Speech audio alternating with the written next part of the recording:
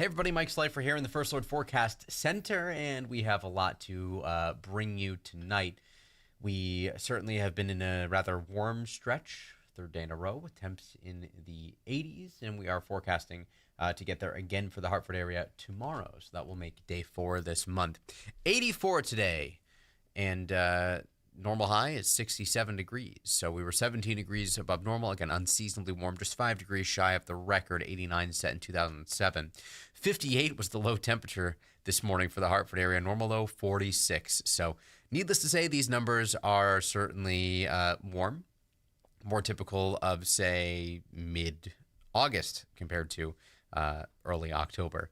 We are expecting more warmth tomorrow, maybe not quite to this extent, and then things will cool off a bit more as we head a little bit later into the week. 80 to 85 for most towns inland today. Even New Haven peaked at 80 degrees. A little bit cooler in southeastern Connecticut thanks to that onshore wind. And we do still have wind out of the south right now, a southerly flow.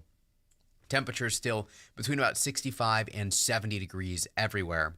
And skies are clear, which means we've actually had some great viewing tonight for the moon. It is the full harvest supermoon. Lisa snapped this picture in Wolcott earlier tonight. All you have to do is step outside and look up. It's very visible, and everything is well illuminated thanks to this. Now, a supermoon, as a reminder, is when the moon's orbit is just a little bit closer to the Earth, so it looks a little bit larger in the sky. This is the first of 3 consecutive supermoons, and also the reason it's named the harvest moon is because it's the first full moon after the autumnal equinox. Typically, that usually occurs in September, but every 3 or 4 years, it does happen in October. Otherwise, the full moon in the month of October is known as the harvest moon.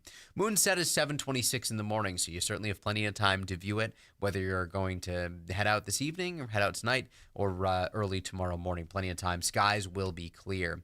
Here's our iCam view right now in Old Saybrook. Looks almost more like twilight than nighttime, and that's because of how bright the moon is tonight. And we'll take you live to our iCam view here in Waterbury. So we are looking live from atop the Mattituck Museum over West Main Street and the Green. And off in the distance, we can see the cross at Holy Land, USA, lit up. Great visibility out there tonight. We don't have a cloud in the sky, really nothing to talk about when it comes to that. To our west, we're tracking some showers that are in parts of Michigan right now and then down into Indiana, Ohio, and Kentucky. And that is eventually that front is going to work its way toward us, bringing our chance for rain, our next chance for rain. Tonight, we're expecting temperatures in the mid and upper 50s. 58 in Litchfield tonight, 57 in Winstead and Woodbury. We're forecasting 58 in Canton and Southington, 58 New Britain and Suffield, 58 tonight in Ellington, 56 in Stafford, 55 in Hebron, 56 in Plainfield. Shoreline towns closer to 60 degrees, but Jewett City and Colchester in the upper 50s tonight, 59 in Durham, 61 in Haddam, 63 in Madison. We're forecasting 63 in Brantford, 57 in Naugatuck, 57 in Newtown, 61 in Milford and Fairfield. And we're giving you the first alert here that we do expect some patchy fog out there tomorrow morning. It won't have too big of an impact, but don't be surprised if you run into some patches of low visibility. That'll mix out pretty quickly. We're expecting a rather bright start to the day with increasing cloudiness as the day goes on. Temperatures inland will peak in the low 80s, mid and upper 70s along the shoreline. So certainly unseasonably warm for this time of year, but not quite to record levels. In fact, tomorrow, October 7th, the record is 91 degrees. Not only is that the record for the day, but it's the record for the month, too. And while we will be unseasonably warm, we will certainly fall short of that. First Alert Futurecast shows the clouds building in throughout the day tomorrow. And then tomorrow night, around this time, shortly thereafter, we could start to see our first showers moving in, but the steadier and heavier rain will not be until after midnight. It's the pre-dawn hours Wednesday when we could be tracking certainly some downpours, but perhaps some rumbles of thunder too. Can't rule out a couple rumbles of thunder in the mix. We're not expecting any severe weather with this, but it could just be a little loud as it passes through. This is beneficial and welcomed rainfall. By 6 o'clock in the morning, things are starting to wind down, wet for the morning commute, but by 9 o'clock Wednesday morning, the western half of the state is dry, and by noon, everyone is dry. So we'll pick up about a half inch of rain. Some locally higher amounts, maybe up to an inch, can't be ruled out, especially if we can actually get some thunderstorms in the mix. And out ahead of this, we will become a bit breezy. Wind gusts up between, say, 15 and 25 miles per hour tomorrow, especially in the afternoon. blowing out of the southwest. And we'll show you the zoomed out view here to give you a better idea of the surface features. High pressure out over the ocean. There's the front crossing Connecticut. That's what will bring the rain to us. And behind it, we'll see high pressure start to quickly build in. That's part of the reason why we dry out so quickly on Wednesday. We'll still be a bit breezy out there Wednesday. Wind shifting be out of the northwest. Gusts again about 20 to 25 miles an hour. And that will help to wash out some of the pollen from the air. Ragweed pollen, low to moderate counts Tuesday into Wednesday, dropping down to just low counts by Thursday. So improvements there. And it's Thursday when that high pressure settles in overhead. Radiational cooling is going to be in full play here. And what that means is that we'll have a clear sky, dry air, and a calm wind. So that allows all of that radiation, that heat from the Earth to escape back to space. It's nights like this where we tend to see the lowest temperature. And we are expecting frost to develop throughout inland Connecticut, especially in northwestern and northeastern parts of the state. And even in the Connecticut River Valley, we could see some frost. So you may be thinking to yourself, well, is this typical? Are we looking at anything that's not that's unusual for this time of year? And the answer is no. In the blue shading across the northeast and northwestern parts of the state, the first frost typically occurs within the first 10 days of October. Light blue shading, it's typically between October 11th and 20th. So we're pretty much right on schedule here.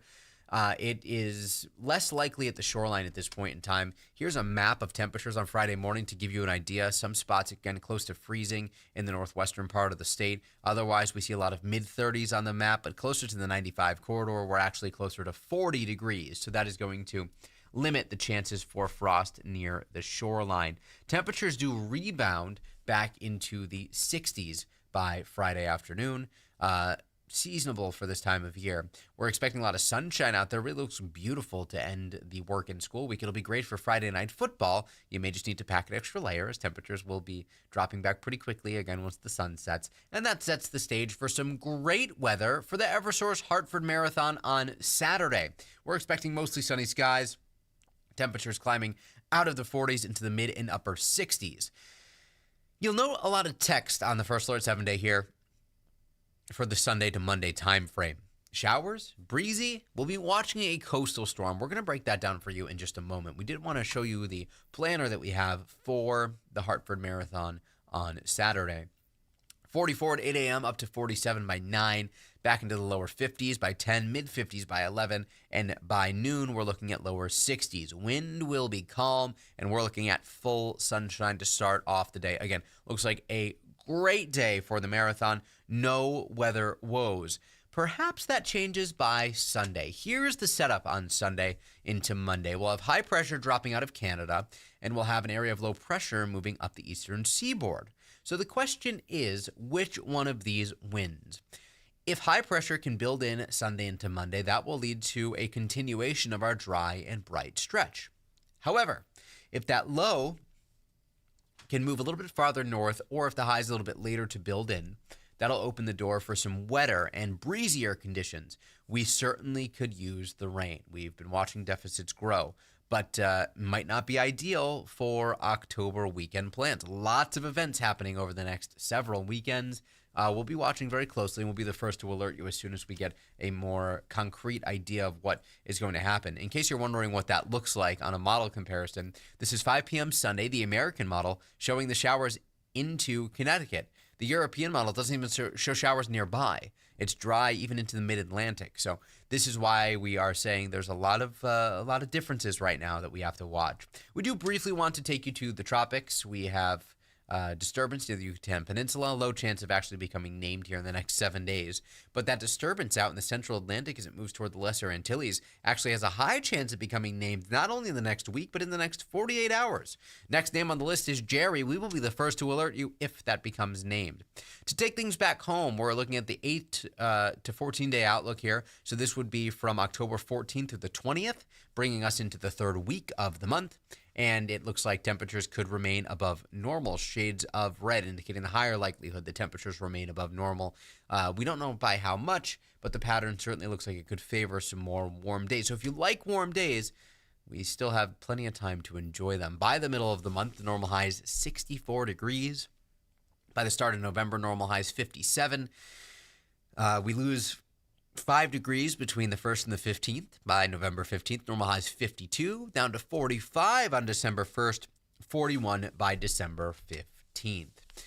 But we're not looking at anything that chilly anytime soon. In fact, most days over the next 7 will be at or above normal. The exception is Thursday and perhaps Sunday, depending on that storm's track.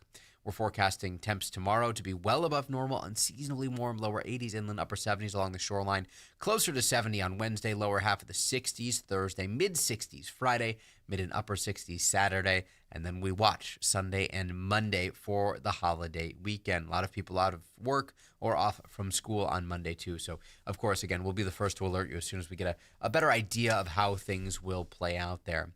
This has been another First Alert Weather Extra. Our next one is tomorrow morning at 8 a.m., streaming live on WFSB Plus. You can join Jill here as she talks a bit about how things are trending, especially for the start of next week.